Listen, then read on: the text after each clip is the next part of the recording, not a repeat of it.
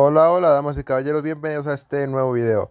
Gente, en el video anterior hablamos de la gran evolución de Super Mario, así que en este video quiero hablarles de algunos spin-offs que ha tenido Mario, como los spin-offs que les voy a presentar serán Mario y Luigi, Mario y Sonic y Mario vs Donkey Kong. Son tres spin-offs que tal vez esos tres no sean los más relevantes, pero sí son muy importantes y muy buenos. Ojo que Mario tiene muchos spin-offs y la verdad es que la lista se haría muy larga y la verdad es que los otros spin-offs los prefiero hacer en otros videos aparte, pero mientras tanto voy a hacer los spin-offs la historia de los spin-offs que los que les acabo de decir que otra vez son Mario Sonic, Mario vs Donkey Kong y Mario y Luigi. Y todo eso será con videos de un youtuber que también me gusta mucho, que se llama Danny Kio, que cuenta muy buenas historias sobre los videojuegos. Así que vamos allá y comenzamos con Mario y Luigi. Vamos a ver la decadencia y regreso de Mario y Luigi con Mario y Luigi hasta el Paper Jam y el Brothership. Así que vamos allá. Existen muchas sagas legendarias en los videojuegos. Una de ellas fue Mario y Luigi. No me refiero a los juegos de Mario y los juegos de Luigi, sino a la saga llamada Mario y Luigi. Una serie de videojuegos que fueron muy queridos para los que tuvimos consolas portátiles de Nintendo. Y digo fueron porque ya no existen. Ojo que para la fecha en que se grabó este video fue grabado mucho tiempo antes de que se lanzara Brothership. Así que para que no se saquen de onda. Así que si tenían esperanzas de ver un nuevo Mario y Luigi, siento ser yo quien rompa sus ilusiones. ¿O será que no? Alpha Dream era la empresa encargada de desarrollarlos, y la verdad es que sus juegos tenían una chispa especial. Por algo hasta día de hoy se siguen recordando con mucho cariño. Pero lamentablemente esta empresa quebró en 2019. La pregunta es, ¿por qué? Si sus juegos eran tan buenos y son muy recordados, ¿cómo es que se fueron a la quiebra? ¿En qué punto fue que decayeron? Todas esas preguntas vamos a contestarlas en este video. Yo soy Danny Kio y bienvenidos a la decadencia de Mario y Luigi. Sin más por agregar, comencemos con el video.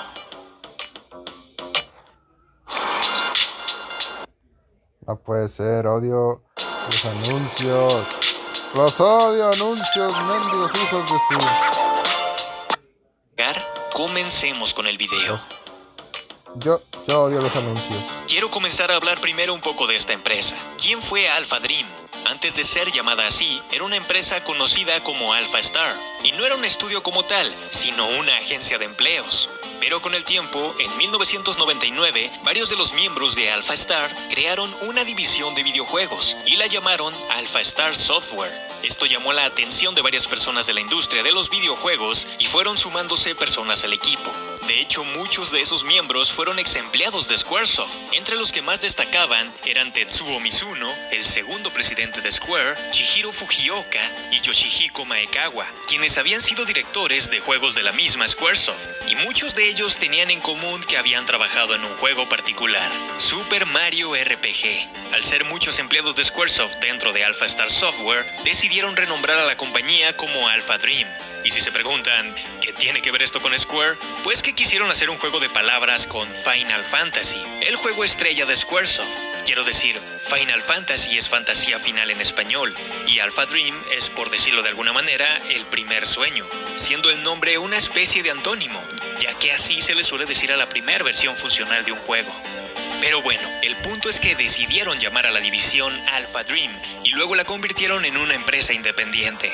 Bajo ese nombre lanzaron un juego llamado Koto Battle para la consola Game Boy Color, el cual era un juego de cartas y batallas tipo Pokémon, donde las cartas eran llamadas Kotodamas y la historia trataba de un joven que tenía que proteger a los chamanes que tenían un poder para salvar al mundo. O algo así entendí. No sé mucho porque el juego no salió fuera de Japón, lo cual es raro porque fue bien valorado en ese país. De hecho, a la par estaban trabajando en otro juego llamado Gimmick Land, un juego que tenía varios de los elementos que después tendrían los juegos de Mario y Luigi. El juego estaba pensado para ser lanzado en Game Boy Color, pero Nintendo invirtió dinero para que rehicieran el juego para la Game Boy Advance por cuestiones de marketing, para un mejor recibimiento de la consola, renombrando al juego como Tomato Adventure, pero tampoco salió de Japón. Y eso que es de los juegos que más han tenido buena crítica de los que ha lanzado Alpha Dream. A partir de aquí, la compañía se consideró como una second party de Nintendo. O sea, lanzaban juegos exclusivamente para Nintendo, pero la empresa no era propiedad de Nintendo. De igual forma lanzaron otro juego exclusivamente en Japón de la famosa serie Hamtaro. Y desde aquí Nintendo les prestó su IP más preciada para que pudieran internacionalizarse. En otras palabras, lanzar su primer juego en todo el mundo. Fue de esa forma que crearon una de las mejores sagas que han existido en Nintendo, Mario y Luigi. Y aquí es donde comienza el ascenso de Alpha Dream.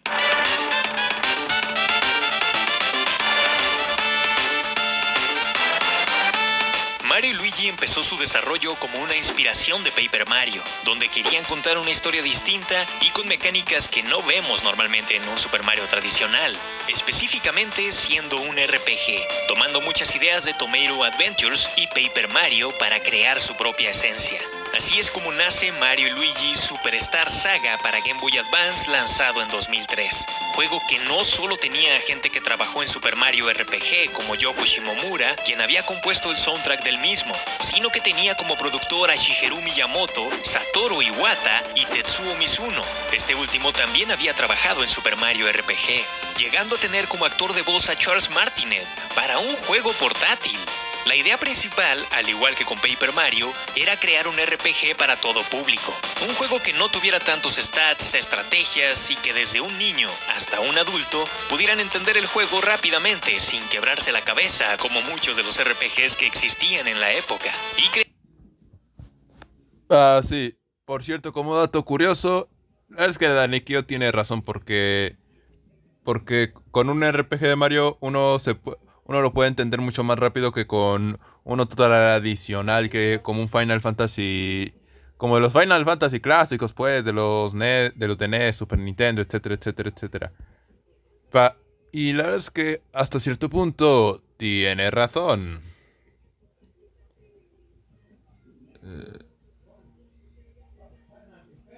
Creando una trama peculiar, donde a Peach le roban la voz y Mario y Luigi unen fuerzas con Bowser para...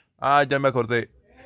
Por esa razón los RPGs no son de mis géneros favoritos, porque eso de las batallas por turno y de andar pensando, quebrándonos la cabeza, la verdad es que no es lo mío. Pero con los RPGs de Mario es algo totalmente distinto. Es como jugar un plataformero y un RPG bastante...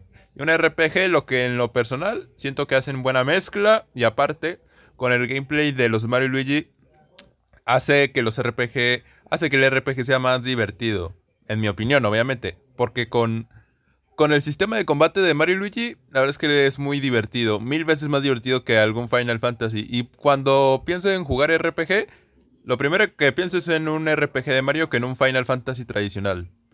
Y es por esa razón que les dije, por el sistema de combate, por la forma de... etcétera. En fin, son muchas cosas. Pero bueno, continuemos. Recuperarla, saliendo de lo típico de un Super Mario y haciendo que el jugador se interese mucho por la trama, que era algo larga. Y aunado al gameplay, hicieron que el juego fuera bastante querido por aquella época, teniendo una recepción bastante positiva, vendiendo alrededor de 2 millones de copias. Aquí se empezaba a notar un gran potencial en la compañía de exmiembros de Squaresoft, y les tomó 2 años crear otro Mario y Luigi, todo porque antes trabajaron en otro juego de Hamtaro. El siguiente juego creado fue Mario y Luigi Compañeros en el Tiempo para Nintendo DS, lanzado en 2005. Un juego que tenía muchas mecánicas de su antecesor, con la diferencia de que agregaba otras nuevas que aprovechaban la segunda pantalla de la Nintendo 10, y donde no solo se controlaba a 2 personajes, sino a 4, Mario y Luigi Bebés, ya que la trama se desarrolla tanto en el pasado como en el presente, viajando en el tiempo, y donde Mario y Luigi deben salvar a Peach, igual que en el primero. De hecho, igual que en el resto de la saga de Mario, pero con una trama más compleja. Al igual que el primero, este juego también tuvo una buena recepción, sobre todo por la comedia que metieron dentro del mismo y por cómo se aprovechó de manera correcta ambas pantallas de la consola. Por cierto, hace poquito me completé Mario y Luigi Compañeros en el Tiempo en la Nintendo DS, y la verdad es que es muy bueno, ¿eh? La verdad es que es muy bueno, la historia es muy buena también, es muy buena la historia. Y aunque no lo crean, para mí este es el Mario y Luigi con historia más oscura, más macabra. Pero aún así es muy bueno. La única parte en donde me falló la historia fue en el final, porque todo lo sentí muy raro. Y, y yo creo que quitando la parte del final, la demás parte de la historia de lo anterior es muy bueno. Y el gameplay también me gustó, es muy bueno también. Eso de controlar a los bebés me gustó. Porque aprovechan muy bien los 4 botones, las 2 pantallas, etcétera. Vendió también alrededor de 1,5 millones, teniendo menos ventas que su antecesor, pero siendo catalogado como uno de los 100 mejores juegos de Nintendo, según la... Y por cierto, yo diría que Compañeros del Tiempo es el del... Compañeros en el Tiempo, la verdad, en lo personal, me gustó más que Superstar Saga de Game Boy Advance y Bowser's Inside Story de Nintendo DS, personalmente. Y digo de Nintendo DS y de Game Boy Advance porque la verdad es que los remakes se me hacen superiores. En algunos sentidos, la verdad es que los remakes se me hacen superiores que los originales y que el de Compañeros en el Tiempo. Pero eso ya es algo más personal. Revista oficial de Nintendo Magazine. A partir de aquí, y con todo el prestigio que habían ganado, adivinen qué hicieron. Efectivamente, otro juego de Hamtaro. Pero después se vino un juego que nadie se esperaba. Otro juego de Hamtaro. Así están los protagonistas. ¿Es en serio? No hagan eso, vaso de anuncios. Pero después se vino un juego que nadie se esperaba. Otro juego de Hamtaro. Bueno, ya, muchos juegos de Hamtaro. Es curioso que se turnaran entre juego de Hamtaro y juego de Mario. Pero bueno, luego de Mario y Luigi Compañeros en el Tiempo, pasaron 4 años para que llegara uno nuevo. Un Mario y Luigi que es para muchos el mejor de la saga jamás creado, lanzado para Nintendo 10 en el año 2009. Estoy hablando nada más y nada menos que de Mario y Luigi en el interior de Bowser.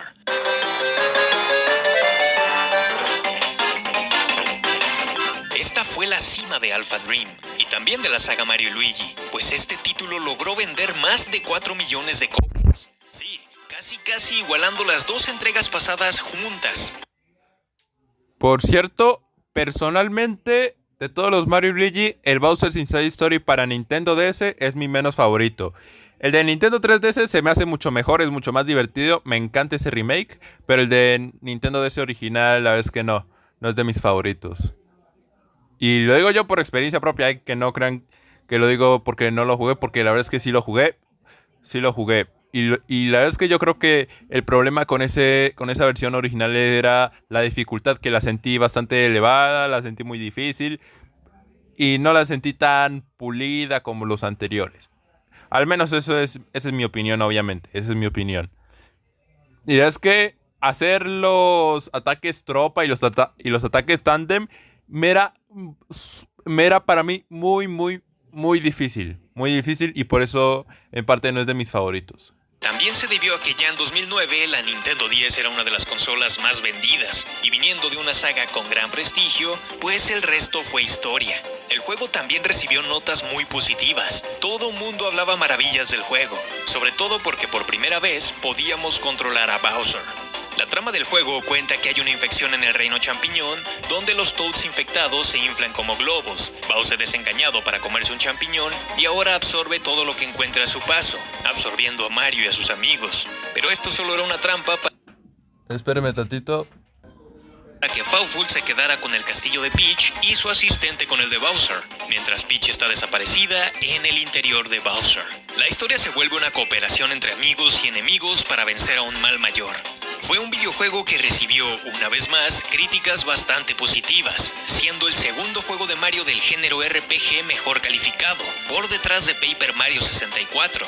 Y para muchos jugadores, considerado como el mejor Mario RPG de toda la historia, incluso más que el mismo Super Mario RPG. Estando en la cima, ¿qué creen que fue lo siguiente que hicieron?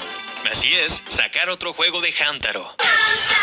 No, mentira, ya no volvieron a sacar un juego de Hamtaro. En su lugar, trajeron a la 10 un juego llamado Postpet 10. Un juego que, si bien no era Hamtaro, también trataba sobre animalitos tiernos y ese tipo de cosas que son populares en Japón. Además parecía, al menos visualmente, a Animal Crossing. ¿Ahí saben qué? Que corra la música igual. Con esto pasamos de generación y llegamos al primer Mario y Luigi en 3D, Mario y Luigi Dream Team, lanzado para la 3DS. un juego que duró más de 3 años en desarrollo, saliendo 4 años después que el del interior de Bowser. Esto debido a que Alpha Dream decidió renderizar los personajes en 2D con sombreados para que parecieran 3D, y los fondos fueron hechos en 3D. Y es que querían lograr hacer animaciones que aprovecharan las capacidades del 3D de la Nintendo 3DS. Ya saben, a Alpha Dream siempre le gustó aprovechar las novedades de las consolas. Por eso fue que el juego tardó más en desarrollarse. Claro, contando con la historia, los jefes y todo lo que conlleva desarrollar un juego como lo es un RPG de Mario y Luigi. De hecho, el lanzamiento del juego coincidió con el año de Luigi. No estaba planeado para ser un juego de celebración, según comentan los desarrolladores de Alpha Dream, pero fue una coincidencia bonita que llegara ese año. Y es que como idea inicial del juego, se pensaba usar a Bowser nuevamente, ya que eso le encantó a la mayoría del público en el juego anterior. Pero luego pensaron que si seguían usándolo, el juego ya no tendría sentido que se llamara Mario y Luigi, sino Mario, Luigi y Bowser. Fue por eso que descartaron la idea de usar a Bowser y se centraron más en el personaje que ha sido maltratado numerosas veces, Luigi. No lo digo yo, lo mencionaron ellos en el Iwata Ask de Mario y Luigi Dream Team. Y al final el juego no vendió lo mismo que el de Bowser, sino aproximadamente la mitad, unos 2,5 millones, que a ver, no es poco, de hecho está listado como uno de los juegos más vendidos de la 3DS, ocupando el puesto 26. Pero sí tuvieron mala suerte en haberlo lanzado en esas fechas que no le estaba yendo muy bien a la 3DS. Y si pensaron que después de este título lanzaron otro Hamtaro u otro juego, pues están equivocados. Por primera vez, Alpha Dream se dispuso a comenzar el desarrollo del siguiente Mario y Luigi. Raro, lo sé. Además, tienen que saber que esta saga no era el único RPG de Mario existente, pues como ya mencioné, también existía Paper Mario, quien compartía muchos fans con la saga de Mario y Luigi. Así que pensaron que sería una buena idea hacer un crossover entre ambos. ¿Qué podía salir mal? Pues aquí comienza la decadencia de Alpha Dream y de Mario y Luigi.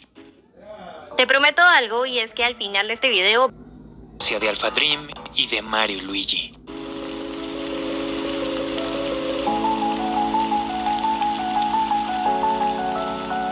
La idea de crear un crossover entre Paper Mario y Mario y Luigi fue de Alpha Dream, pues querían salir de lo típico de sus juegos de solo manejar 2 botones, uno para Mario y otro para Luigi. Se les hizo una buena idea trabajar en conjunto con otra saga que fuera igual de querida, para que de ese modo, aparte de atraer a los fans de Paper Mario, pudieran disfrutar en conjunto una historia con todo el elenco de personajes. Pero lo que no sabían es que hace años había salido a la venta Paper Mario Sticker Star, un juego que provocó una división de opiniones y de público, ya que hubo quienes lo odiaron por las decisiones que se tomaron, como dejar de ser un RPG, remover personajes originales y dejar de priorizar la narrativa.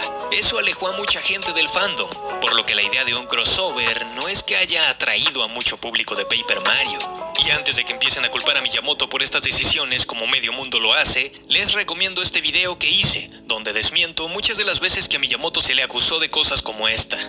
Y es que este crossover no tuvo una narrativa destacada, no por Miyamoto, no por Intelligent System, los desarrolladores de Paper Mario, sino por la misma Alpha Dream, quienes comentaron en una entrevista que está publicada en la misma web de Nintendo que tenían muchas ideas para una narrativa bien trabajada e ideas varias como pasar del mundo de papel al real o volver al reino champiñón de papel, pero el borrador terminó siendo un completo lío, por lo que decidieron reestructurar el guión y hacer mayor énfasis en mostrar a los diferentes personajes de ambas sagas, cómo se conocen y cómo interactúan entre ellos. Por eso fue que el guión quedó más simple que cualquier otro Mario y Luigi.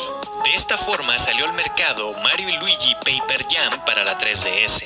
Y teniendo en cuenta que esta saga se destacaba por sus tramas, al salir al mercado tuvo también opiniones divididas. Por un lado se le criticaba positivamente por su gameplay, pero negativamente por su historia.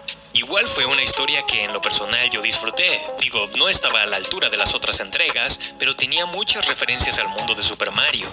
Pero los fans no pensaron eso, y Mario y Luigi Paper Jam no vendió lo suficiente, siendo hasta ese punto el juego con peores ventas, con aproximadamente 1 millón de copias, que a ver, siguen siendo bastantes, pero a comparación de los otros Paper Mario, eran menos.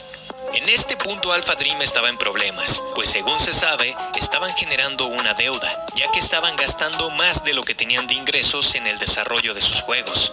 Y cuando una empresa llega a ese punto, hacen 2 cosas: despedir empleados o ahorrar recursos. Y como es Japón, decidieron irse por la segunda opción. Quisieron ahorrar recursos y trabajar en un remake del primer Mario y Luigi con lo que tenían. Modelados, motor gráfico, etc. Creando de esta forma en el año 2017 Mario y Luigi Superstar Saga más secuaces de Bowser para la consola Nintendo 3DS.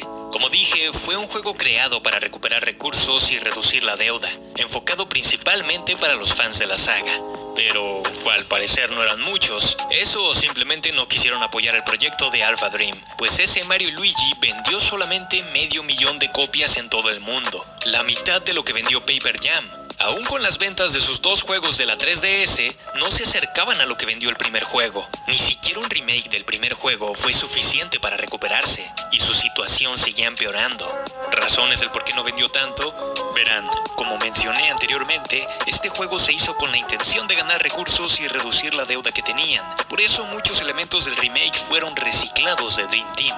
De hecho, los personajes con trajes especiales como Koopas, Toads, entre otros, fueron cambiados a ser los de siempre, personajes genéricos, nuevamente para ahorrar costos y tiempo. Y digamos que esto no gustó mucho a los fans más nostálgicos de la franquicia.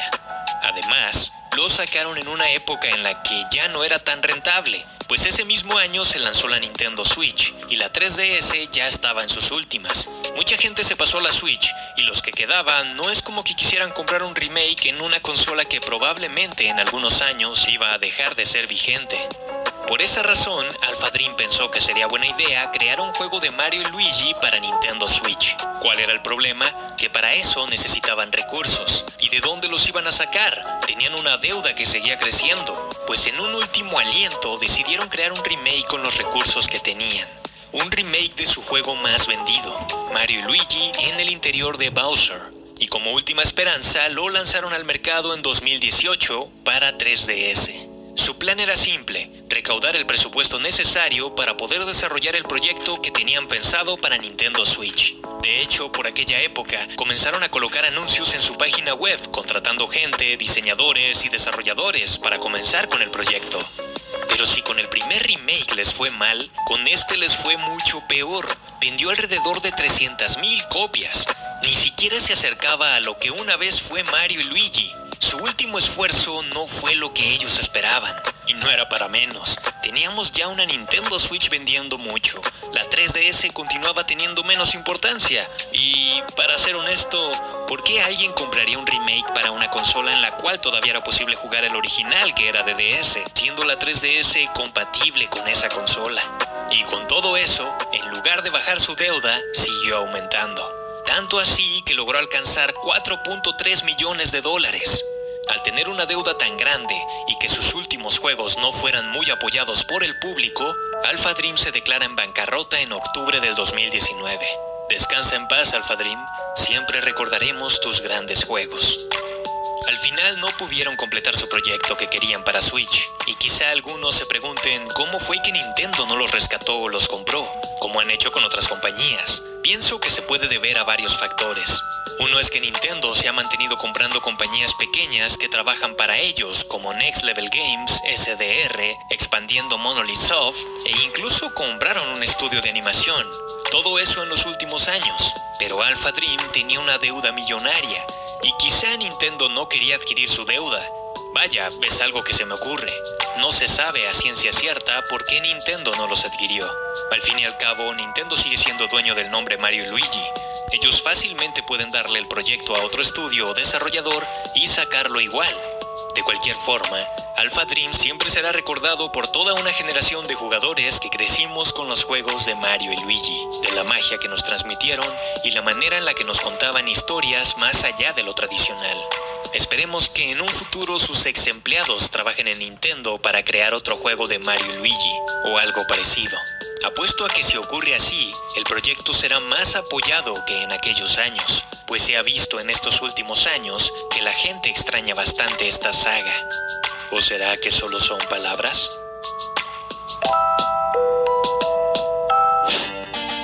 En fin, esta fue la decadencia de Alpha Dream y de Mario y Luigi, y cómo fue que desaparecieron. Espero que les haya gustado mucho este video tanto como a mí hacerlo. Si fue así, te agradecería bastante. Bien, bien, bien. Vamos con Brothership.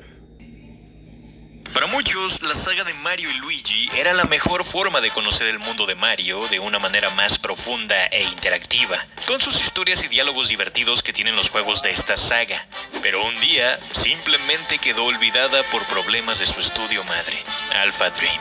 Sin embargo, 9 años después, regresó de la nada con un nuevo título llamado Mario y Luigi Brothership, un juego que prometía regresar a la vida aquella saga añorada por tanta gente, y que pretendía regresar en alto el nombre de Mario y Luigi.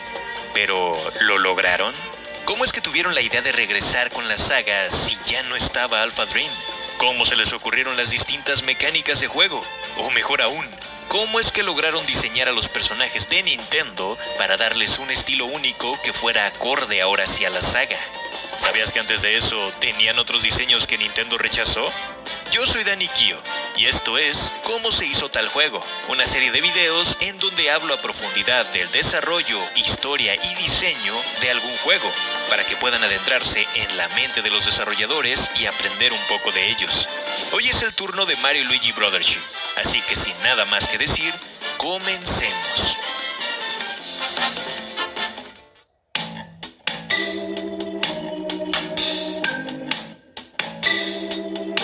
Este proyecto inició con una colaboración entre Nintendo y otro estudio de videojuegos con el nombre de Acquire, quien, aunque no lo parezca, lleva mucho tiempo en la industria del videojuego, 30 años para ser exactos. Han desarrollado juegos populares como la saga Tenchu para PlayStation, Way of the Samurai, No Heroes Allowed, Rain junto con Japan Studios. De hecho, la mayoría de sus proyectos han sido para PlayStation.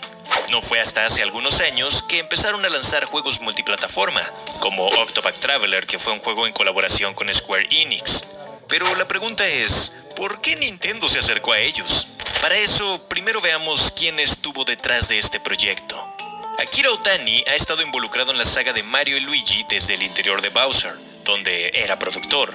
Acá en Brothership fue el encargado de supervisar el proyecto y ser como un intermediario entre Nintendo y el otro equipo de desarrollo.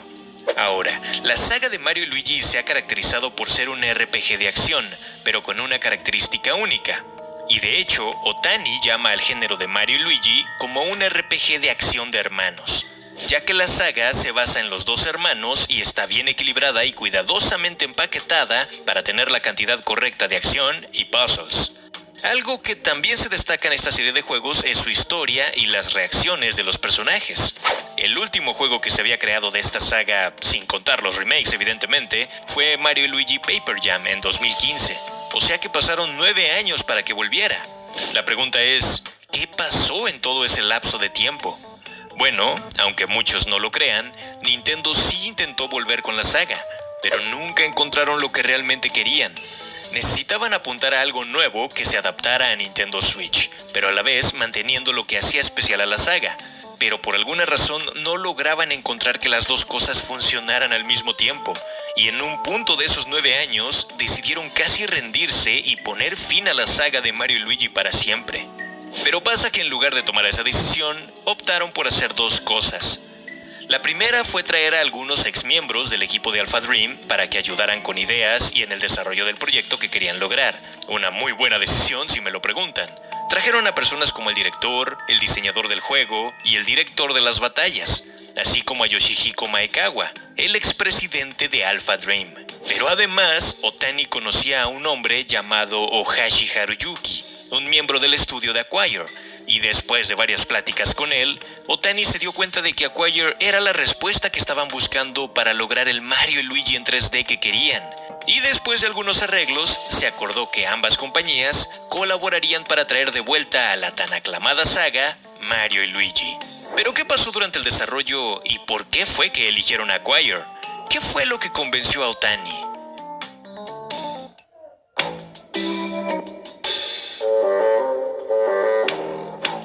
Otani se dio cuenta de que dentro de Acquire tenían una tecnología avanzada en 3D. Además, el estudio había trabajado en la saga Octopath Traveler y por lo tanto ya tenían experiencia con el desarrollo de RPGs. Pero no solo eso, sino que también tenían experiencia en juegos de acción gracias a la saga Tenchu. Una compañía como ellos, que habían trabajado tanto en juegos como RPGs y acción, eran los candidatos perfectos para trabajar en Mario y Luigi. Por otro lado, cuando los miembros de Acquire se enteraron de la noticia de que Nintendo quería colaborar con ellos, fue una gran sorpresa positiva, pues lo vieron como una oportunidad para aprender un montón de cosas, desde aspectos técnicos hasta la creación de videojuegos al estilo Nintendo. Para ambos era la primera vez que colaborarían juntos, así que estaban expectantes de tener una experiencia fascinante. En fin, ambas partes estaban contentas con la colaboración. Lo primero en lo que pensaron fue en el estilo de arte. ¿Qué estilo utilizaría este juego? ¿2D? ¿3D? La idea original era crear un juego en 3D para aprovechar la tecnología de Nintendo Switch, pero en un punto del desarrollo se pensó en hacer un juego al estilo Octopath Traveler, o sea, sprites en HD. Algo que en lo personal también me hubiera gustado ver. Pero luego pensaron en las inconsistencias que había entre el pixel art de los juegos anteriores y las ilustraciones dibujadas del artwork del juego. Creían que el hecho de que la portada del juego y el gameplay no coincidieran podrían confundir a los consumidores acerca de pensar de qué tipo de juego era, a menos de que fueras un fan de toda la vida de la saga de Mario y Luigi. Además de que querían tener una consistencia con todos los diseños. O sea, querían alinear el artwork y el gameplay. Esa fue la razón por la que se descartaron los diseños pixel art HD y se optó mejor por crear un juego 3D. Además, Ohashi pensó en un principio que también la idea del 2D sería la mejor opción, pues en el estudio tenían experiencia creando ese tipo de juegos. Pero comentó que luego de ver el trabajo que hizo Alpha Dream con los anteriores Mario y Luigi, sabía que sería difícil hacer algo de ese nivel e incluso mejorarlo. Así que optar por el 3D era una mejor opción, porque eso les permitiría agregar un montón de elementos nuevos y atractivos al juego, que no estaban en los anteriores. Además de que sería un reto para ellos. Y justamente para ese reto, tenían a un miembro del equipo que se encargó de la dirección de arte, Hitomi Furuta de Acquire. Ella fue la que se encargó en mayor medida del estilo de arte y del diseño de algunos de los personajes principales. De hecho, ella comentó que jugó los juegos de Mario toda su vida, pero a partir de este proyecto fue que se adentró a la saga de Mario y Luigi. Hablando ahora sí de Brothership como tal, su reto principal fue hacer las visuales 3D, ya que volver 3D a Mario era fácil. Ya existen miles de modelos de Mario dentro de Nintendo. Pudieron usar cualquiera de ellos al igual que el de los demás personajes, pero dentro del equipo querían desarrollar diseños de personajes que se diferenciaran de los demás juegos de Mario, o sea, hacer diseños únicos. Es por eso que las propuestas de Acquire fueron hacer diseños de Mario más edgy, oscuro y más rudo, para diferenciarlo del resto y que fuera un diseño poco convencional. Pero Nintendo les dio su feedback y les indicó que ese enfoque no era adecuado para la serie de Mario y Luigi. Y mejor les sugirió que el diseño artístico debía ser fácilmente reconocible para los fans como parte de esta serie específica, que siempre ha tenido un estilo visual más alegre, amigable y colorido. Los que han jugado los juegos anteriores saben a qué se refiere. En otras palabras, sí le dejó hacer algo distinto para diferenciarlo del resto de otros juegos, pero que tampoco se pasaran de lanza y metieran cosas que no van con Nintendo, y que mejor mantuvieran la identidad visual coherente con lo que los jugadores esperan de un juego de Mario y Luigi. Así que después de eso, el enfoque del equipo fue otro: mantener el atractivo de las ilustraciones que habían creado. O sea, mantuvieron los contornos sólidos y los ojos negros. Pero en lugar de ser edgys y oscuros, mantuvieron el encanto de las animaciones pixeles que representaban a la serie en los juegos anteriores, basándose obviamente en los diseños de Alpha Dream. A partir de ahí fue que empezaron a desarrollar un estilo de arte único. Con eso en mente, se pusieron a trabajar muy duro para recrear muchas de las animaciones y expresiones de los personajes en pixel art, pero ahora con un concepto 3D. Técnicamente fue difícil, porque querían que quedaran bien hechas, y mucho del tiempo de desarrollo se fue justamente en este apartado, ya que el equipo de diseño hacía muchas peticiones al equipo encargado del modelado 3D para que quedaran exactamente las expresiones como se querían. Y según ellos, el equipo de modelado eran grandes fans de los juegos de Mario, y por eso hicieron lo que estuviera en sus manos para cumplir con todos los requerimientos. De hecho, quedaron contentos cuando mostraron el tráiler y empezaron a ver la reacción reacción de la gente ante los nuevos modelos, porque muchos señalaron exactamente lo que querían, que ahora sí los personajes parecían sacados de la caja, tal cual habían recreado los diseños del artwork y a eso le añadieron expresiones y vida como los tenían los pixel arts de los anteriores juegos. Ahora, el equipo no solo copió las expresiones de los juegos pasados, sino que crearon un estilo único a este juego que podría permanecer para futuros juegos de la serie. Y les hablo de que esto no aplica solo en el estilo, sino también en el gameplay, ya que tomaron como referencia Super Mario Odyssey. Estudiaron mucho los controles y el cómo se sentía jugar este título para recrear ciertas cosas en Brothership. Para los demás personajes también hubo un proceso creativo. Coneta, por ejemplo, fue inicialmente pensada para parecer una humana, teniendo algunos diseños como estos de aquí. Pero después de establecer el tema de los enchufes y electricidad, terminó siendo así. Y honestamente, se ven mucho mejor los diseños anteriores, a mi parecer. Pero hubo una razón de esto. Pensaron que si los personajes se veían demasiado humanos, Mario estaría en un mundo donde no encajaría como protagonista. Un problema que ya hemos visto que los desarrolladores han tenido antes, como por ejemplo con Mario Sunshine. Y es que en Acquire piensan que al crear personajes originales es importante desarrollar personajes y un mundo en el que Mario no se sienta fuera de lugar. Y después de varias discusiones y recreaciones, terminaron eligiendo un estilo que se adecue más. También pensaron que si solo dejaban a Mario y Luigi expresarse con sus animaciones, se perdería información detallada. Y ahí fue donde decidieron darles un compañero. En este caso, Porco Polo, que me gusta más el nombre en inglés, Snowlet. De hecho, me gustan más los nombres elegidos en inglés, como Connie en vez de Coneta. Pero bueno, me desvío un poco. Como decía, para no perder información importante, decidieron crear a Porco Polo, un compañero que acompañará a los héroes. Estos fueron algunos de sus diseños primarios. Ahora, les hablé acerca de la temática de conexión, pero aún no he explicado el por qué se llegó a esa decisión y por qué todos son enchufes. Así que vamos allá.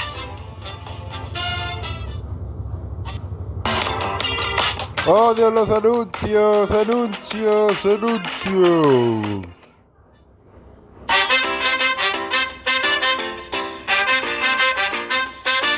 El concepto principal del juego proviene de Acquire, quienes propusieron una historia única para cada jugador, en la que Mario y sus amigos viven y se aventuran en islas flotantes.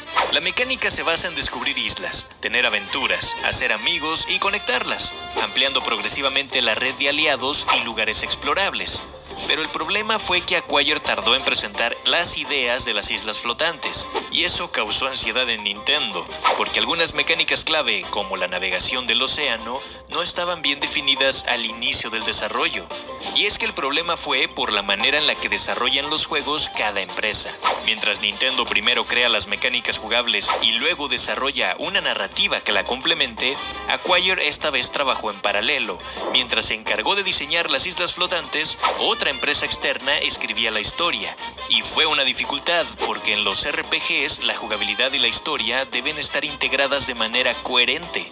Al final encontraron un enfoque para definir el tema de cada región del océano, el primero siendo sobre la familia, el segundo amistad y así sucesivamente, lo cual les permitió alinear la narrativa con la jugabilidad, ya que el juego trata de conectar islas, mientras que la historia aborda las conexiones y relaciones entre las personas que viven en ellas. Y sobre el gameplay, lograron hacer que una isla central fuera la base de operaciones que navega por el océano, donde Mario y Luigi se embarcan para descubrir y conectar nuevas islas. Lo curioso es que inicialmente se pensaba fusionar las islas directamente con la isla central, pero esto requería una cantidad masiva de datos y era técnicamente complicado. Por eso buscaron alternativas más viables para conectar las islas, lo que llevó a usar elementos como cuerdas. De hecho, de sus primeras ideas fue crear un puente arcoíris para conectarlas, pero no encajaba bien con la temática del juego, así que al final optaron por usar enchufes eléctricos que generan una conexión visualmente similar a una cuerda. Y ojo, porque este concepto no solo resolvió los desafíos técnicos, sino que también reforzó la narrativa de formar vínculos, al simbolizar algo positivo que sucede cuando las islas se conectan. Esto también simplificó mucho la jugabilidad y permitió alinear el tema general del juego con las mecánicas. En cuanto a la narrativa, querían que tanto la jugabilidad como la historia transmitieran claramente los temas de conexión y vínculos entre las islas y los personajes, manteniendo todo accesible y comprensible para los jugadores.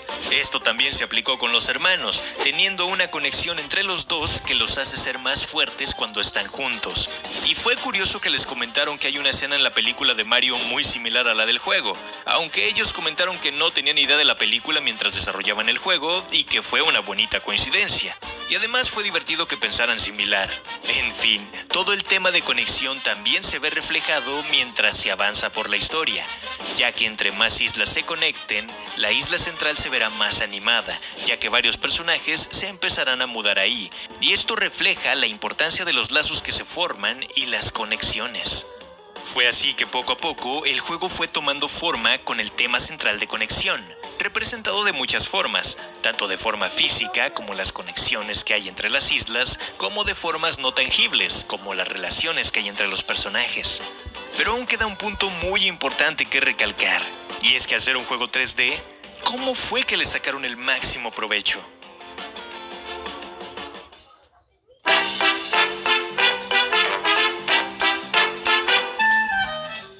En este juego se puso mucho esfuerzo en la dirección cinematográfica, aprovechando el 3D, utilizando actuaciones más expresivas y movimientos de cámara para dar mayor profundidad a las escenas, lo que permitió contar la historia de manera más envolvente, destacando las emociones y relaciones entre los personajes. De hecho, hay varios puntos del juego donde se refuerza mucho el vínculo entre Mario y Luigi. Hay momentos emocionales y significativos para reforzar esta conexión. Se tuvo mucho cuidado en las animaciones también. Por ejemplo, cuando Mario y Luigi son disparados desde el cañón hacia una isla. En un principio el aterrizaje es algo torpe, pero conforme vamos avanzando en la historia, se vuelve más elegante y épico.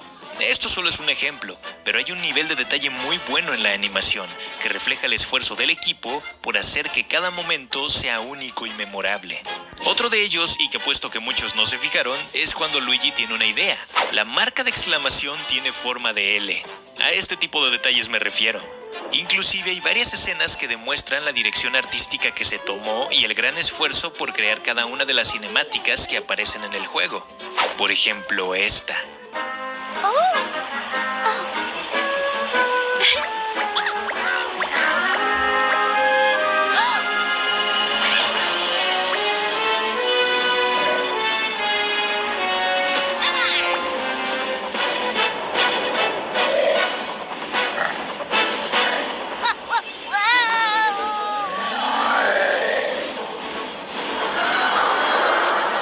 Para la música también hubo mucho detalle. Según comenta Otani, la música de esta saga había sido dominada hasta ahora por melodías de piano, pero para este juego querían algo nuevo. Decidieron enfocarse en instrumentos de viento, como bandas de metales alegres, steel pans tropicales y acordeones, para agregar emoción y mantener el estilo característico de la serie. Se enfocaron en crear esa sensación de Mario y Luigi y seleccionaron instrumentos que coincidieran con el tono y movimientos de los personajes en el juego. Esta vez no contaron con la ayuda de Yoko Shimomura, quien había trabajado en los anteriores Mario y Luigi, así que en su lugar trajeron a Hideki Sakamoto. Y a decir verdad, fue una buena decisión. Mucha de la música del juego es buenísima. Él ayudó a arreglar la banda sonora del juego, la definió y gracias a él fue que la música comenzó a alinearse mejor con la atmósfera de la saga. Al final se agregaron más de 100 piezas musicales para el juego, creadas con un nivel de detalle que impresionó incluso a los desarrolladores. Hasta hay una que personalmente pienso que está inspirada en México.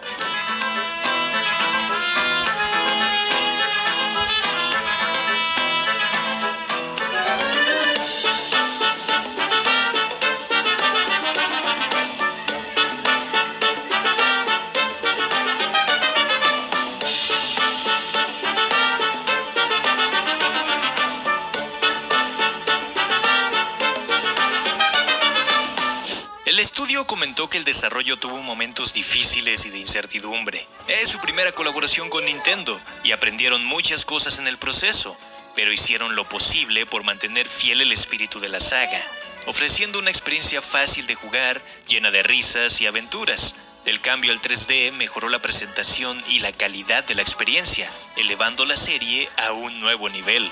También mencionaron que el juego está hecho para jugarse lentamente y con calma, ya que se puede jugar como si fuera una serie de televisión en familia, donde se pueden hacer sesiones de 30 minutos como si fuera un capítulo de una serie, lo cual confirmo, es cierto que tiene muchos momentos así. También dicen que la estructura del juego está hecha para tomarse descansos y pausas después de visitar una isla, y no acabarlo todo en un día, animando a los jugadores a que exploren todo lo que ofrece el juego, ya que la narrativa tiene elementos clave para mantener el interés hasta el final. A día de hoy, Mario y Luigi Brothership podrá parecerte el mejor juego o no, depende de qué tanto lo hayas jugado. Pero lo que no se puede negar es el esfuerzo que hubo detrás de un estudio desarrollador que apenas se va adentrando en la saga. A mi parecer, salió muy bien. Se nota todo el trabajo que hay detrás del proyecto y la dedicación para crear un juego al estilo Alpha Dream. No se sabe si ellos serán los que continúen con su legado en futuros juegos de la saga, o pase a manos de otro estudio de Nintendo. Como opinión personal, a mí me gustaría que siguieran dejando a Acquire en el proyecto, porque con la experiencia que tuvieron en Brothership, les va a servir mucho para crear un futuro juego, y podrán desarrollar algo mucho mejor, que de por sí Brothership me encantó. Pero bueno, eso fue todo por el video de hoy. Yo soy Dani Kio y aquí me despido. Si te gustó este video, por favor te pido que te suscribas a mi canal y compartas este... Bien, ahora vamos, gente, con la saga de Mario vs. Donkey Kong. DK Kong, oh yeah. Escuchado hablar de Mario vs. Donkey Kong. Sí, tuvieron suerte, ya que tuvo una buena época de buenos juegos y se podría decir que esta es la saga principal de donde viene Mario, lo que convierte a Super Mario Bros. En un spin-off del Donkey Kong original. La saga de Mario vs. Donkey Kong se centra más en la resolución de puzzles y razonamiento antes que ser un plataformero, lo cual hace al juego una mezcla de géneros increíble. Pero llegó un punto en el que la saga empezó a decaer gracias a unos pequeños juguetitos con gorras. Ay, caray. Perdonen, gente, lo que pasa es que mis abuelos me llamaron. Y la verdad es que me choca mucho que me llamen cuando estoy grabando videos. Siempre me pasa eso. Me choca mucho. Pero bueno, continuamos. Gracias a unos pequeños juguetitos con gorra. Pero ya llegaremos a eso en este video. Yo soy Dani Kio y hoy quiero hablar de la decadencia de Mario vs. Donkey Kong, de cómo se fue formando poco a poco esta saga para llegar a una fórmula bien estructurada y funcional, pero que poco a poco se fue desviando de su premisa principal. Suscríbete para ver más contenido de este estilo. Sin más que decir, comencemos de una vez.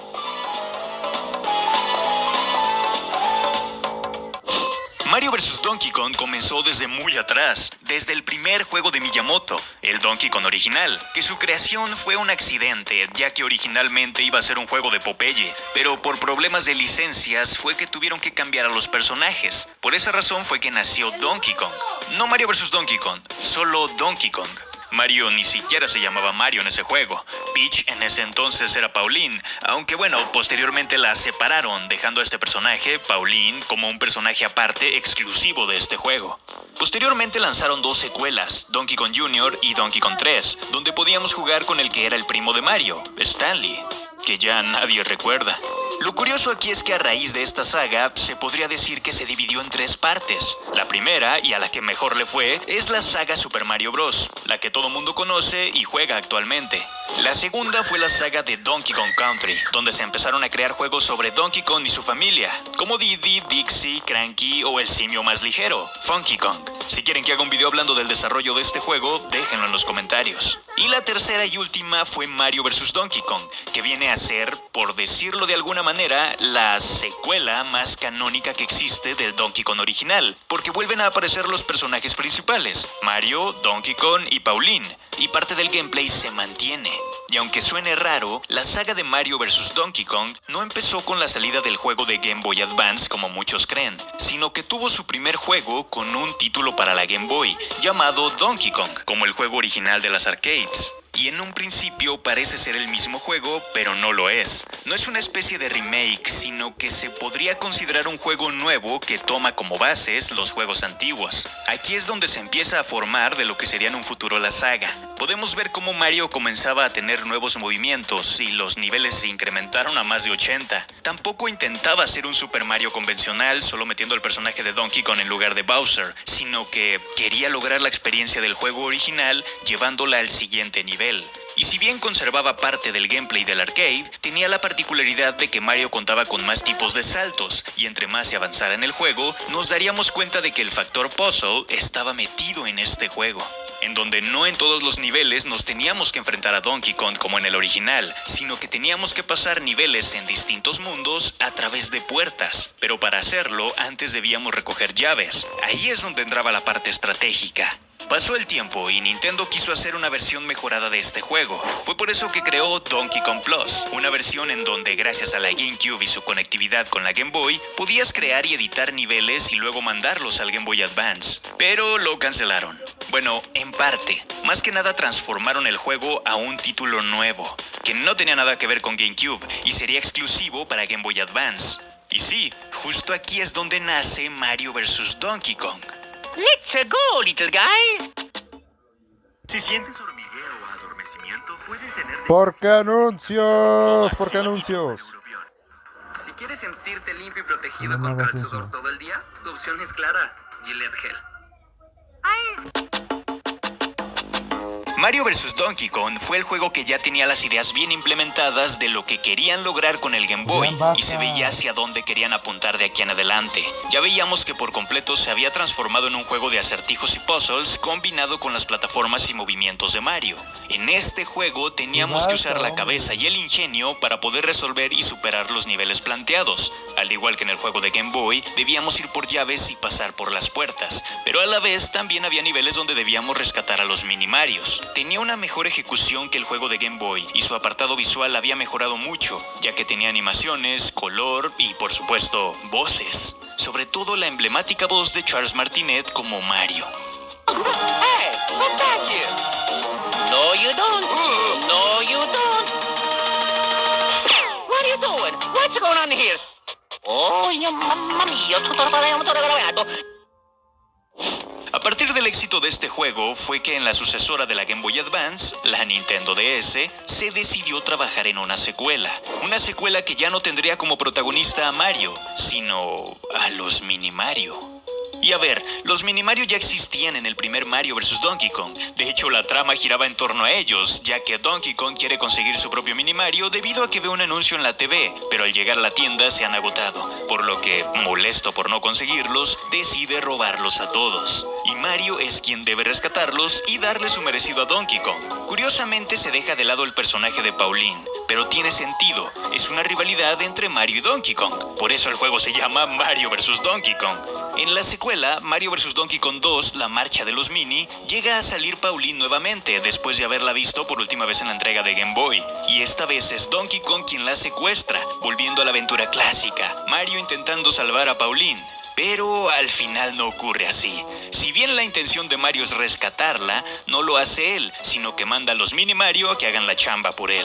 Es por eso que el gameplay cambia radicalmente. Y a ver, esto puede tener sentido, porque cuando Nintendo crea una consola, suele sacarle el mayor provecho a sus funcionalidades en sus propios desarrollos. Y recordemos que la DS tiene la pantalla táctil. Es obvio que Nintendo quería sacarle provecho a la pantalla, y a mi parecer lo hicieron de maravilla. Si bien sigo prefiriendo la jugabilidad del primero, era interesante controlar el escenario en el segundo juego para resolver los puzzles de cada nivel y lograr que los mini Mario cruzaran las puertas. Es un juego bastante ingenioso y solamente hizo que la saga de Mario vs. Donkey Kong fuera variada, llena de ideas nuevas y una joya para los amantes de los juegos de puzzles y de la saga de Mario vs. Donkey Kong. Pero gracias a este juego, y lo digo en serio, acostúmbrense a los mini Mario, porque eso es prácticamente todo lo que hay de aquí a que se acabe el video.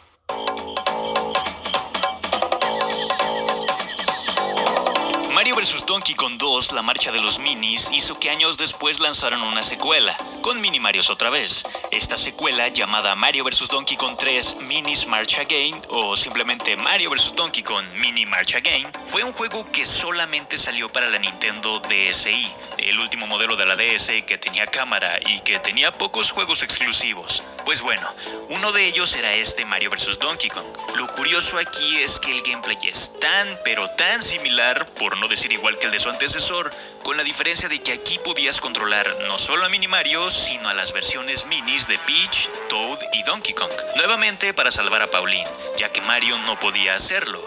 Otra vez. También lo curioso es que este juego parecía, más que una secuela, una expansión del juego de DS.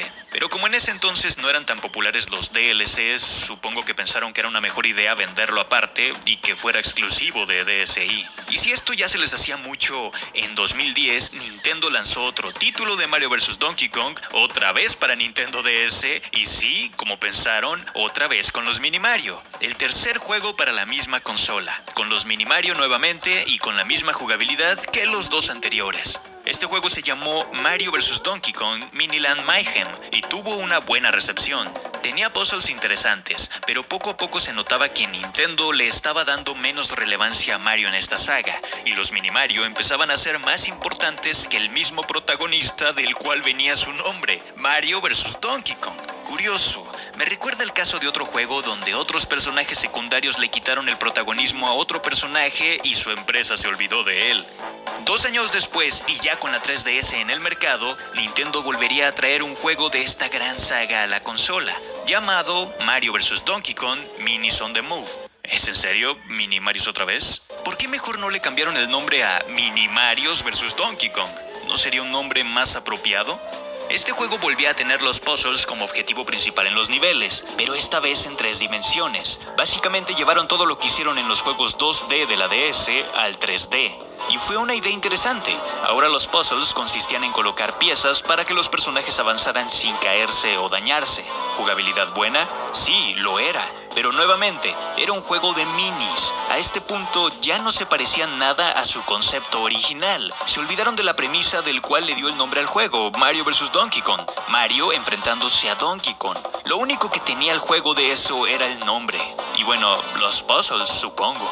¿Qué hizo Nintendo después? Lanzó en 2015, 2 años después, un nuevo Mario vs. Donkey Kong, pero esta vez para Nintendo Wii U. Y sí, es justamente lo que están pensando todos. Trajeron nuevamente a los minis. En este punto créanme que yo, así como muchos, ya estábamos hartos de ver a los minis en cada juego de esta saga. Queríamos ver de vuelta a Mario peleando contra Donkey Kong, que se dieran madrazos, pero no fue así. Mario vs. Donkey Kong Tipping Stars fue el nombre que se le dio a esta nueva entrega. Y básicamente era la misma trama de siempre. Donkey Kong vuelve a raptar a Pauline y Mario debe rescatarla, pero no lo hace él, sino que manda a los Mini Marios a pelear. Solo que esta vez ni siquiera vemos la trama ni nada, solo vamos directamente al juego. Ni siquiera se tomaron la molestia de crear una historia como tal, solo crearon niveles. Y oh sorpresa, el juego vuelve a ser el mismo gameplay que el de los Mario vs. Donkey Kong de Nintendo DS. Volvieron a los niveles 2D con la misma jugabilidad de llevar a los minis a las puertas jugando con la pantalla táctil, en este caso del gamepad de la Wii U. Digamos que era como una versión mejorada de aquel juego de DS. ¿Pero qué hizo Nintendo luego de sacar este título? Pues un año después lanzó otro juego de la saga, pero por fin le cambió el nombre. Ahora pasó a llamarse Mini Mario and Friends Amiibo Challenge. Sí, un juego de amigos. Prácticamente Nintendo con este juego acabó con lo que quedaba de Mario vs. Donkey Kong, que era el nombre, y pasó a llamarse directamente Mini Mario. Un juego que fue hecho para incentivar las ventas de los amiibos en niveles parecidos a los que traía su entrega pasada. Lo interesante de este juego es que es el que mejor se ve visualmente y tiene niveles exclusivos para cada personaje, que son hechos para aprovechar sus habilidades únicas. Una genialidad, aunque no sea un Mario vs. Donkey Kong. De hecho, creo que pudo llegar a ser un juego muy interesante, de no ser porque a fuerzas necesitas amiibos para jugar. Y no cualquier amiibo, solo amiibos compatibles. Digo, es obvio, es un juego de amigos, pero por esa razón fue que mucha gente, y me incluyo, no pudimos disfrutarlo en su momento. Lo único que podías hacer si no tenías amigos compatibles era jugar con un robot llamado Mini Spec, que no tenía habilidades y solo te dejaba jugar un par de niveles. Si intentabas entrar a niveles exclusivos de Mario, de Donkey Kong, etc., no te dejaba. Si este juego hubiera salido en Switch y sin el uso necesario de los amigos, apuesto a que hubiera tenido una buena recepción. Por eso la decadencia no la digo, al menos esta vez, en el sentido de que los juegos empezaron a ser malos. Si alguna vez jugaron algún Mario vs. Donkey Kong donde salgan mini Marios, incluidos los de Wii U o los de 3DS, realmente eran juegos muy buenos y tenían puzzles interesantes e ingeniosos. La decadencia para mí es que se cargaron la saga entera. Ya no tenía nada que ver con el concepto original, el cual era, nuevamente, Mario vs. Donkey Kong.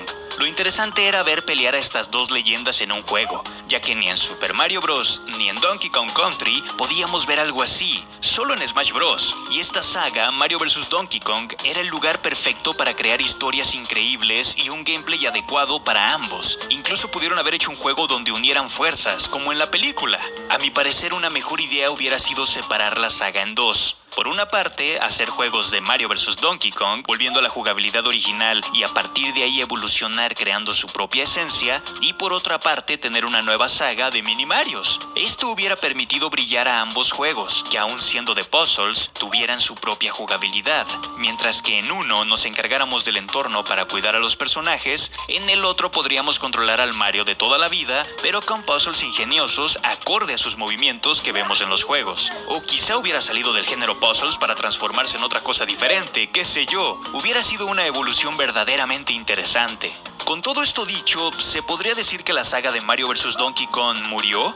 Pues no, ya que Nintendo volvió a revivir la saga de Mario vs. Donkey Kong sin los mini Mario. O bueno, al menos no controlables, ya que lanzó un remake del juego de Game Boy Advance para Nintendo Switch, que se podría decir que es el regreso de la fórmula original de puzzles con el cual muchos nos encariñamos. Y quizás si al juego le va bien, puede que la saga tome un nuevo rumbo a partir de aquí. Es como una segunda oportunidad para la saga de Mario vs. Donkey Kong.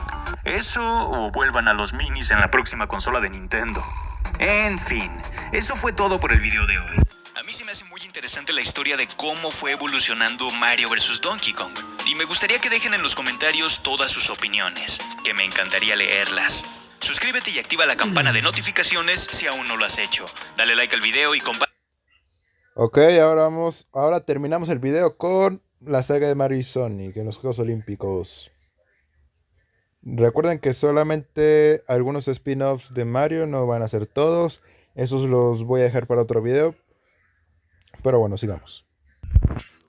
La saga de Mario y Sonic en los Juegos Olímpicos fue una de las colaboraciones más grandes que ha hecho Nintendo y Sega. Y sí, dije fueron, ya que acabaron por enterrar la saga, reemplazándola por NFTs y los eSports. Pero no nos adelantemos. Todo eso lo veremos en este video llamado La decadencia de Mario y Sonic en los Juegos Olímpicos. Pero no sin antes hablar del sponsor de este video.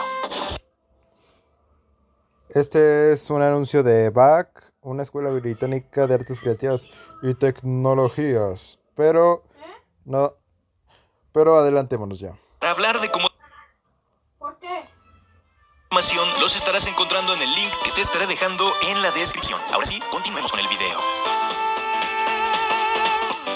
Para hablar de cómo terminó toda esta saga, es importante saber cómo comenzó. Y para eso, nos tenemos que trasladar al año 2000, donde el juego ni siquiera existía. Todos saben que Nintendo y Sega siempre habían sido rivales, pero a partir de que Sega dejó de hacer consolas, se comenzaron a unir como compañías, haciendo algunas colaboraciones menores. Por ejemplo, Sega ayudó en el desarrollo de F-Zero GX, o también permitieron que Sonic se uniera al roster de Super Smash Bros. Brawl. Y vaya, Sega desarrolló varios juegos para las consolas de Nintendo, pero nada se comparaba como lo que harían en 2007. Resulta que el Comité Olímpico Internacional, mejor conocido como la COI, hizo una concesión de los derechos de los Juegos Olímpicos con Sega para crear un juego de las Olimpiadas con sus personajes. Es por eso que Sega pensó que sería buena idea hacer algo más grande y decidieron hacer una colaboración con otra compañía. Y en la primera que pensaron fue en Nintendo. Mientras discutían sobre cómo podría ser el juego, Shigeru Miyamoto propuso que podrían crear un juego usando a Mario y a Sonic como la cara del juego, sugerencia que fue bien recibida por ambas compañías, por lo que se decidió continuar con la colaboración.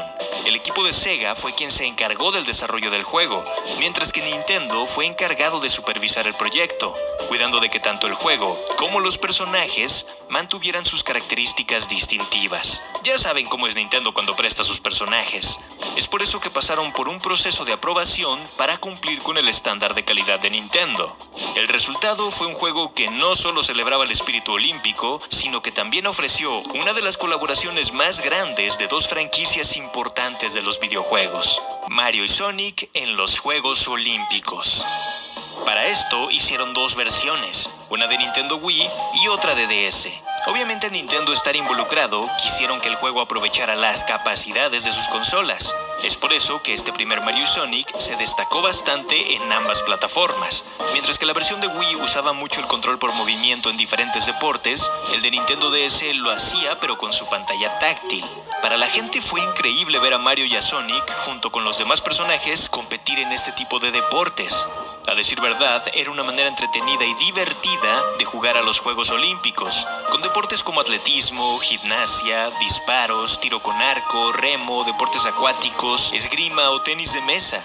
El juego fue muy elogiado por su modo multijugador, hablando de la versión de Wii, que fue la que más destacó en aquel entonces. Tanto así que fue considerado como el mejor juego de Nintendo Wii en 2007.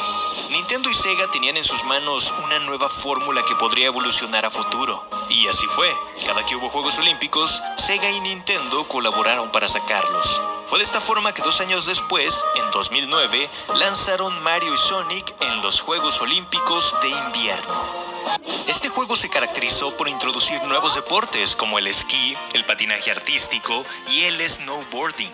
Además, mejoraba el modo multijugador e introdujeron los eventos de fantasía, que son versiones especiales de los eventos que combinan elementos del mundo de Mario y Sonic, utilizando personajes, escenarios y habilidades únicas de ambas franquicias para ofrecer una experiencia más fantástica. A partir de este juego, todos los demás tendrían eventos de fantasía. Otra cosa que llegó a introducir esta entrega fue que en su versión de DS agregaron un modo historia, en el cual podíamos recorrer un escenario para cumplir varias misiones y así seguir la trama, que trata de que Bowser y el Dr. Eggman causaron caos en los juegos y robaron las medallas olímpicas. Nuestro deber será recuperarlas y restaurar el orden de los Juegos Olímpicos. Esto hacía que la versión de DS tuviera una experiencia más de un solo jugador, a diferencia del de Wii, que estaba más centrado en el multijugador, que también entiendo por qué hicieron esto. Al ser una consola portátil, era más difícil encontrar con quién jugar. Pero 2 años después, en 2012, llegó Mario y Sonic en los Juegos Olímpicos de Londres. Este juego salió en Wii ya en su año de salida y fue el primero en agregar eventos deportivos como fútbol, equitación y bádminton, logrando tener deportes más largos a comparación con los de sus entregas pasadas, cosa que hacía que la saga fuera evolucionando. Solo que esta vez trataron de innovar con un modo party llamado London Party, donde 4 jugadores se enfrentaban en un tablero a distintos minijuegos y desafíos para llenar su tarjeta de stickers y ganar la partida. A su vez, su contraparte, la versión portátil, salió para la nueva consola de Nintendo en aquel entonces, la Nintendo 3DS, y nuevamente se enfocaron en el modo de un solo jugador, agregando un modo historia. Una historia que trataba de Bowser y el Dr. Eggman conspirando para arruinar los Juegos Olímpicos. Pero ahora en Londres. Qué curioso que hayan repetido parte de la trama. Pero bueno, nuevamente 2 años después llegó su siguiente entrega, Mario y Sonic en los Juegos Olímpicos de Invierno en Sochi. Esta fue la primera entrega de un Mario y Sonic en llegar a Nintendo Wii U, pero curiosamente no a 3DS. ¿Un error? Tal vez, pero era un acuerdo que en ese momento tenían Nintendo y Sega, en donde se supone que Sega iba a publicar juegos exclusivos en la plataforma Wii U para de esta forma impulsar las ventas. Juegos como Sonic Lost World, Sonic Boom y este juego. Lamentablemente no tuvo muy buena recepción debido a que los controles no eran muy precisos y te pedía a fuerzas usar el Motion Plus, el accesorio del control de Wii para algunos deportes, pero a su vez traía unas mejoras gráficas considerables a comparación del último juego de Wii. Tenía una integración con Miiverse para poder competir con amigos en línea y compartir logros, y como no hubo una versión portátil, pues tampoco hubo un modo historia. Además, quitaron el modo Party del anterior título para agregar otro modo de juego llamado Legends Showdown, que era una especie de torneo con los personajes de ambas franquicias para ganar el trofeo Leyenda, donde debíamos superar 5 áreas para al final enfrentar al equipo más poderoso. La verdad, el juego tenía muy buenas ideas, y para ser el primer juego en Wii U, siento que lo hicieron muy bien, pero al no traer una versión de 3DS, fue que el juego pasó desapercibido y a día de hoy casi nadie lo recuerda. Pero sí el siguiente, que fue en 2016, siendo Mario y Sonic en los Juegos Olímpicos de Río. Este juego fue más ambicioso que el de Sochi, agregando eventos en equipo como el de rugby y modos multijugador locales que hacían que la experiencia fuera divertida. Además de que los gráficos y ambientación del juego estaban bien logradas. Sin embargo, este juego fue muy criticado porque quitaron los controles por movimiento en algunos eventos de la versión de Wii U. Y en parte entiendo las críticas, ya que era de lo que se caracterizó su primera entrega. Pero debido a las críticas de la anterior entrega respecto a los controles por movimiento, también entiendo por qué tomaron esta decisión y hacerlo mayormente con botones. Además, tampoco agregaron la opción de jugar en línea en este juego, lo que también le restó puntos para la prensa. Mientras tanto, el de 3DS se mantuvo con su esencia trayéndonos un modo historia, donde... ¿Es en serio? ¿Nuevamente Bowser y Dr. Eggman intentando arruinar los Juegos Olímpicos? Es que, ¿quién es el guionista de esto? A pesar de ser juegos decentes, aquí es donde para mí empieza la decadencia de Mario y Sonic en los Juegos Olímpicos. Nuevo Head and Shoulders anti-resequedad nutrición. De Mario y Sonic en los Juegos Olímpicos. Ok.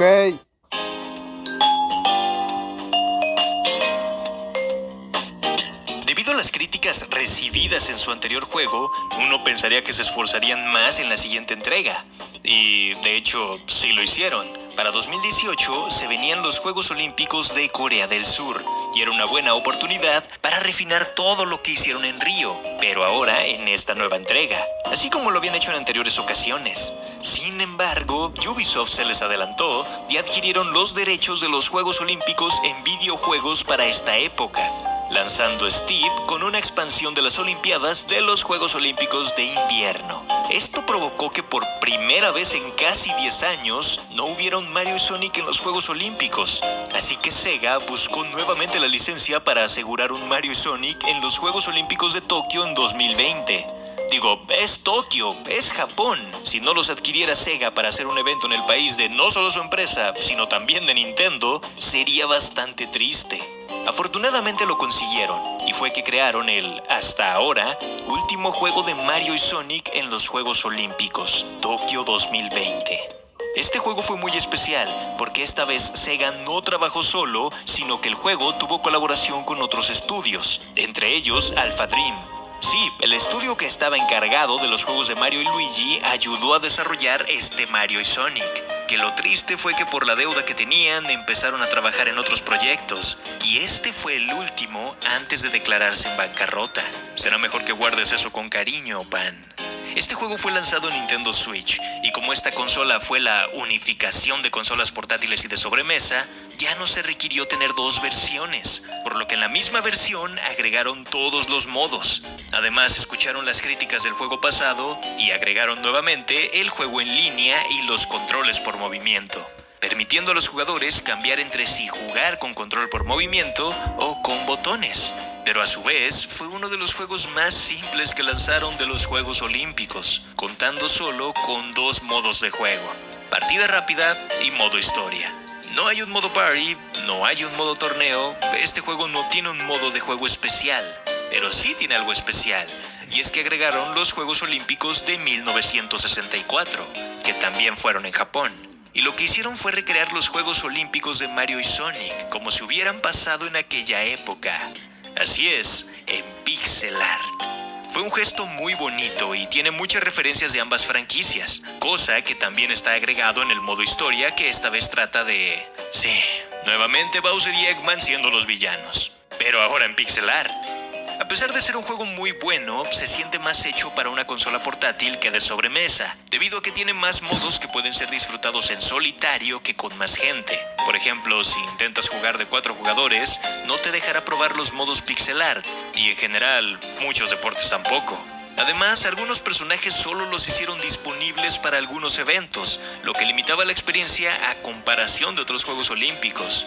Y bueno, hace días yo intenté jugar en línea el juego, aprovechando que estamos en fechas de Juegos Olímpicos, y nada, no encontró ni un alma. Uno esperaría que después de este intento, en las siguientes entregas mejoraría. Yo esperaba ver un Mario y Sonic Beijing 2022, pero no hubo. Y este 2024 también esperaba ver un Mario y Sonic en los Juegos Olímpicos de París. Yo me pregunto por qué no hubo un Mario y Sonic en 2022. Para los que lo sepan, díganme en los comentarios por qué. Pero tampoco hubo. ¿Cuál fue la razón? ¿Las malas ventas del juego anterior? No. ¿Falta de innovación? Tampoco.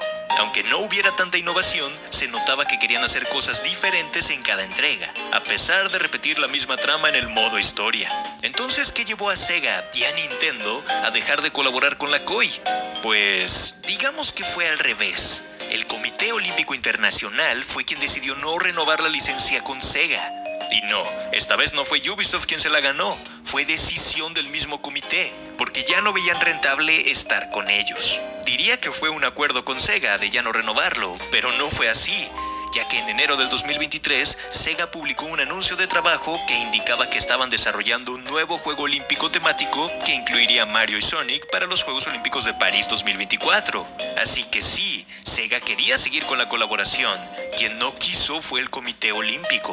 Y esto fue debido a que querían tomar otro enfoque en su estrategia, considerando nuevos desarrollos en los cuales fuera más factible crear negocios. En otras palabras, querían más dinero. Y lo que pensaron fue que sería buena idea trabajar con Endway, un estudio de videojuegos con los que renovaron la licencia con el fin de desarrollar un juego para PC y celulares y así llegar a un público más amplio. Y claro, con esto buscar tener más ganancias, buscando más sponsors y entrando a los esports y NFTs, porque saben que ahí pueden monetizar más. Así es, Mario y Sonic fue reemplazado por un proyecto más pequeño, pero que a ojos del comité es más lucrativo con los jugadores. Y a ver, aunque esto pueda verse como algo beneficioso para el Comité Olímpico, creo que no tienen idea de videojuegos, y aquí va mi opinión. Si bien Olympics Go, el juego que crearon para los Juegos Olímpicos de París 2024, es un juego que puede llegar a ser divertido y llegar a un público más amplio al estar en celulares y en PC, el querer lucrarse más rápido con este videojuego, dejando atrás una de las series más icónicas de los videojuegos como lo es Mario y Sonic en los Juegos Olímpicos, no lo veo como la mejor idea. Quiero decir, no sé si les vaya a funcionar las microtransacciones y NFTs o lo que quieran lograr con ese juego, puede que sí. Pero estamos hablando de dejar de colaborar con dos de las empresas de videojuegos más importantes de todos los tiempos, Nintendo y Sega. Considerando cómo están posicionados ambas compañías ahora mismo, es un error haberlas abandonado ahora, justo cuando están en uno de sus puntos más altos solo por un par de dólares. Y esto a futuro podría ser perjudicial para el Comité Olímpico. Sega y Nintendo tienen años de experiencia creando juegos de alta calidad. La serie de Mario y Sonic era bastante popular y además ofrecía una experiencia de juego divertida y bien pulida. Más si tenemos en cuenta el feedback que consideraban de entrega a entrega con las críticas de la gente. Dejar morir una serie como esa es algo que va a impactar en un futuro, ya que muchos jugadores esperaban los Juegos Olímpicos porque sabían que consigo saldría un nuevo videojuego de Mario y Sonic. Era publicidad para ambos. No sé si Olympic Go alcance la misma popularidad que consiguió Mario y Sonic en su momento. Según el Comité Olímpico, quieren alcanzar a nuevas audiencias jóvenes, porque saben que juegan en celular, pero creo que están dejando de lado a todos los jugadores de consola, y más a los de Nintendo Switch, que es la tercera consola más vendida de la historia. Y eso me hace pensar que no están tan al pendiente de todo lo que está pasando en el mundo de los videojuegos y se dejan llevar por las tendencias, como los NFTs y los esports, que es la estrategia en la que se quieren enfocar ahora las Olimpiadas. Así que como conclusión, Mario Sonic en los Juegos Olímpicos inició como un juego para celebrar los Juegos Olímpicos y poco a poco se fue convirtiendo en una tradición que muchos esperábamos cada 2 años, hasta que las mismas Olimpiadas se encargaron de enterrarlo y con ello una de las colaboraciones más bonitas que hemos tenido en el mundo de los videojuegos. Eso fue todo por el video de hoy. Yo soy Dani Kio y aquí me despido. Nos vemos cuando vuelva a revivir Mario Bueno, Sonic gente, en los hasta Juegos aquí nos Olímpicos. despedimos. Chao. Adiós.